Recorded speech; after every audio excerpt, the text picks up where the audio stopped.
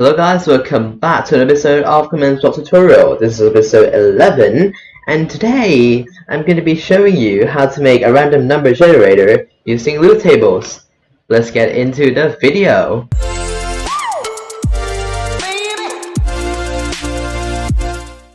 So what you need is a data pack, which I've taught you how to do it in the previous episode, so you can go check that out. And in this episode, we're going to be using the loot tables part of the data pack, so completely ignore the functions. We'll be using just loot tables, okay?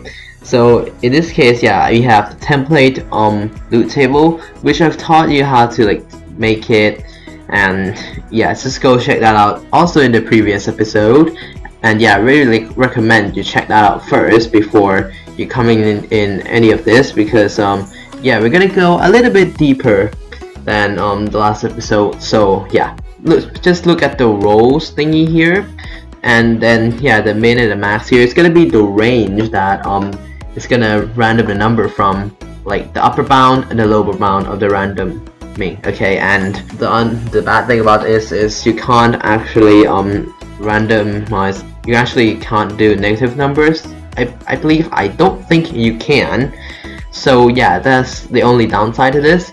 So we're gonna make a dice, so let's just set to from 1 to 6, yeah. And in the entries thingy here, make sure that you have at least one entries, or else that won't work. Okay, I found that only one's enough. You don't need to have like multiples, but if you don't have any, then it's gonna error. And yeah, I've tried that, and yeah, it's pretty frustrates me when I found out you had to have one of these. So yeah, be sure to include them as well. Okay, so yeah, that's pretty much all the parts of the data packs. So yeah, we're gonna hit the reload command, and then yeah, it's gonna be successfully reloaded. We will create scoreboard objective, which I've already added it. Okay, so yeah, let's get into the real command, shall we?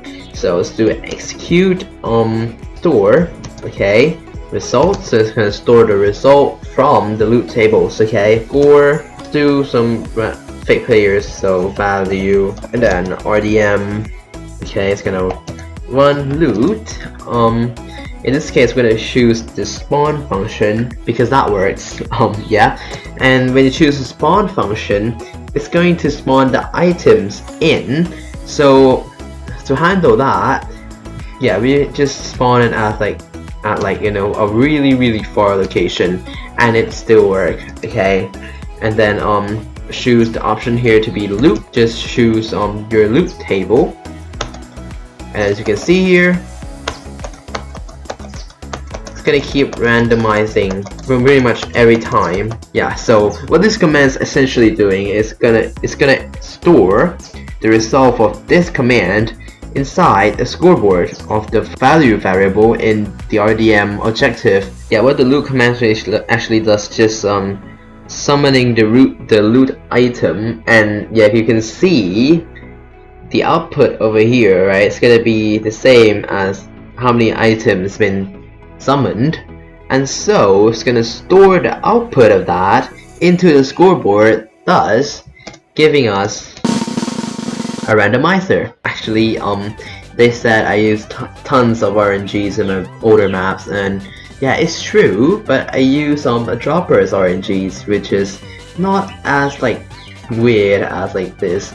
I mean, it's already wacky enough, yes, but only usable, it's only applicable to redstones. If you really want to make a dice rolling system for MCBG, yeah, just use the loot table method. Some people may say that why don't you use some predicates? You can actually use predicates to make some random chance thing, but you can't store the value. So yeah, the thing I really want to mention here is you can store the values, but if you do predicates, you can't store it. You can't I don't know, just assign if the values is 5, just do this. If it's 3, do this. So guys, that is going to be it for this video. If you guys like it, please hit that like button. If you guys really enjoyed it, please hit that subscribe button and ring the bell so you don't miss any of my new uploads. Anyways guys, thanks so much for watching, and I'll see you guys in the next video. Bye guys!